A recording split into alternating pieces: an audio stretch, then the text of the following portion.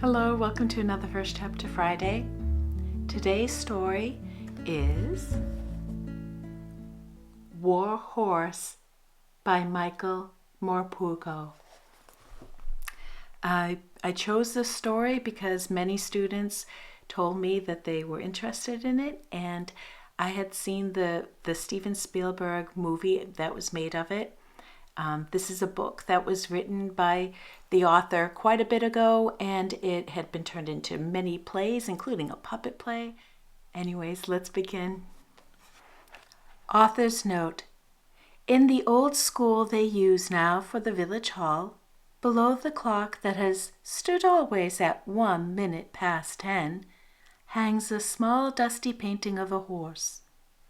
He stands, a splendid red bay, with a remarkable white cross emblazoned on his forehead, and with 4 perfectly matched white socks. He looks wistfully out of the picture, his ears pricked forward, his head turned as if he just noticed us standing there. To many who glance up at it casually, as they might do when the hall is opened up for parish meetings, for harvest suppers, or evening socials, it is merely a tarnished old oil painting of some unknown horse by a competent but anonymous artist. To them the picture is so familiar that it commands little attention, but those who look more closely will see, written in fading black copperplate across the bottom of the bronze frame, Joey. Painted by Captain James Nichols, autumn 1914. Some of the village, only a very few now, and fewer as each year goes by, remember Joey as he was. His story is written so that neither he nor those who knew him, nor the war that they lived and died in, will be forgotten. Chapter 1. My earliest memories are a confusion of hilly fields and dark, damp stables, and rats that scampered along the beams above my head. But I remember well enough the day of the horse sale. The terror of it stayed with me all of my life. I was not yet 6 months old, a gangly, leggy colt who had never been farther than a few feet from his mother. We were parted that day in a terrible hubbub of the auction ring, and I was never to see her again. She was a fine working farm horse, getting on in years, but with all the strength and stamina of an Irish draft horse quite evident in her fore and her hindquarters. She was sold within minutes, and before I could follow her through the gates, she was whisked out of the ring.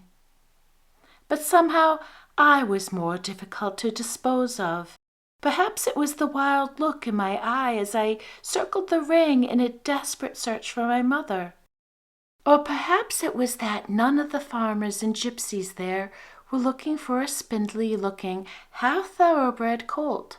But whatever the reason, they were a long time haggling over how little I was worth before I heard the hammer go down, and I was driven out through the gates and into a pen outside. "Not bad for 3 guineas, is he? Are you my little firebrand? Not bad at all." The voice was harsh and thick with drink, and it belonged quite evidently to my owner. I shall not call him my master, for only one man was ever my master. My owner had a rope in his hand and was clambering into the pen, followed by 3 or 4 of his red-faced friends. Each one carried a rope. They had taken off their hats and jackets and rolled up their sleeves, and they were all laughing as they came toward me. I had as yet been touched by no man, and backed away from them until I felt the bars of the pen behind me, and could go no further. They seemed to lunge at me all at once, but they were slow, and I managed to slip past them and into the middle of the pen, where I turned to face them again. They had stopped laughing now. I screamed for my mother, and I heard her reply echoing in the far distance. It was toward that cry that I bolted, half charging, half jumping the rails, so that I caught my foreleg as I tried to clamber over, and was stranded there. I was grabbed roughly by the mane and tail, and felt a rope tighten around my neck before I was thrown to the ground and held there with the man sitting. It seemed on every part of me. I struggled until I was weak, kicking out violently every time that I felt them relax. But there were too many and too strong for me. I felt the halter slip over my head and tighten around my neck and face.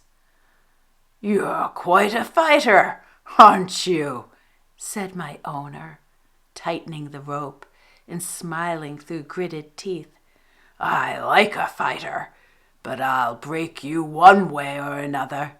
Quite a little fighting cock you are, but you'll be eating out of my hand quick as a twick." I was dragged along the roads, while tied on a short rope to the tailboard of a farm cart, so that every twist and turn wrenched at my neck. By the time we reached the farm road and rumbled over the bridge into the stable yard that was to become my home, I was soaked with sweat, and the halter had rubbed my face raw. My one consolation as I was hauled into the stables that first evening was the knowledge that I was not alone. The old horse that had been pulling the cart all the way back from the market was led into the stable next to mine. As she went in, she stopped to look over my door and nickered gently. I was about to venture away from the back of my stable when my new owner brought his crop down on her side with such a vicious blow that I recoiled once again, and I huddled into the corner against the wall. "Get in there, you old rat bag," he bellowed. "Proper nuisance you are. Zoe and I don't want you teaching this young'un any of your old tricks." But in that short moment, I had caught a glimpse of kindness and sympathy from that old mare that cooled my panic and soothed my spirit. I was left there with no water and no food while he stumbled off across the cobbles and up to the farmhouse beyond. There was a sound of slamming doors and raised voices before I heard footsteps running back across the yard and excited voices coming closer. 2 heads appeared at my door. One was that of a young boy who looked at me a long time, considering me carefully before his face broke into a beaming smile. "Mother," he said deliberately, "that will be a wonderful and brave horse. Look at how he holds his head." And then, "Look at him, Mother. He's wet through the skin. I'll have to rub him down." "But your father said to leave him be, Albert," said the boy's mother. "Said it'll do him good to be left alone. He told you not to touch him." "Mother," said Albert, slipping back the bolts on the stable door, "our father's drunk. He doesn't know what he's saying or what he's doing. He's always drunk on market days. You've told me often enough not to pay him any account when he's like that. You feed old Zoe, Mother, while I see to him. Oh, isn't he grand, Mother? He's red almost. Red bay, you'd call him, wouldn't you say? And that cross down his nose is perfect. Have you ever seen a horse with a white cross like that? Have you ever seen such a thing? I will ride this horse when he's ready. I will ride him everywhere, and there won't ever be a horse to touch him. Not in the whole parish. Not in the whole country. "You're barely past 13, Albert," said his mother from the next stable. "He's too young, and you're too young. And anyway, Father says you're not to touch him, so don't come crying to me if he catches you in there." "But why did he buy him, Mother?"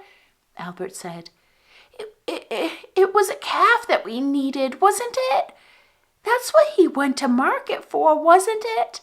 A calf to suckle the old celandine?" "I know, dear. Your father's not himself when he's like that," his mother said softly. "He says that Farmer Easton was bidding for the horse, and you know what he thinks of that man after the argument over the fencing. I should imagine he bought it just to deny him." "Well, that's what it looks like to me." "Well, I'm glad he did, Mother," said Albert, walking slowly around me, pulling off his jacket. "Drunk or not, it's the best thing he ever did." "Don't speak like that about your father, Albert. He's been through a lot. It's not right," said his mother. But her words lacked conviction. Albert was about the same height as me and talked so gently as he approached that I immediately calmed and a little intrigued, so I stood where I was against the wall. I jumped at first when he touched me, but could see at once that he meant me no harm. He smoothed my back first and then my neck, talking all the while about what a fine time we would have together, how I would grow up to be the smartest horse in the whole wide world, and how we would go out hunting together. After a bit, he began to rub me gently with his coat. He rubbed me until I was dry, and then he dabbed salt water onto my face where the skin had been rubbed raw. He brought in some sweet hay and a deep bucket of cool water. I do not believe he stopped talking the whole time. As he turned to go out of the stable, I called out to him to thank him, and he seemed to understand, for he smiled broadly and stroked my nose. "We'll get along, you and I," he said kindly. "I will call you Joey, only because it rhymes with Zoe, and then maybe, yes, maybe, because it suits you. I'll be out again in the morning, and don't worry, I'll look after you. I promise you that. Sweet dreams, Joey." "You should never talk to horses, Albert," said his mother from outside. "They don't understand you. They're stupid creatures. Obstinate and stupid. That's what your father says, and he's known horses his whole life." "Father just doesn't understand them," said Albert. "I think he's frightened of them." I went over to the door and watched Albert and his mother walking away into the darkness. I knew then that I had found a friend for life, and that there was an instinctive and an immediate bond of trust and affection between us. Next to me, old Zoe leaned over her door to try to touch me, but our noses could not quite meet. So in 1914, the Great War, the First World War I, begins, and Joey is going to go through a series of owners, and one of the things that he winds up doing is pulling military equipment during the war, and there's some really dramatic scenes that happen. I hope that you try this book. As you can tell, it's a story told by a horse's point of view. It is based on some truth, the author said, but not a specific horse, because the author actually did write this book after being inspired by a painting of a horse.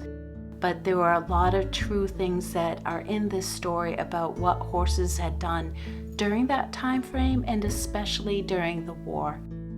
All right, well, you have a great day, and thank you for listening. Bye now.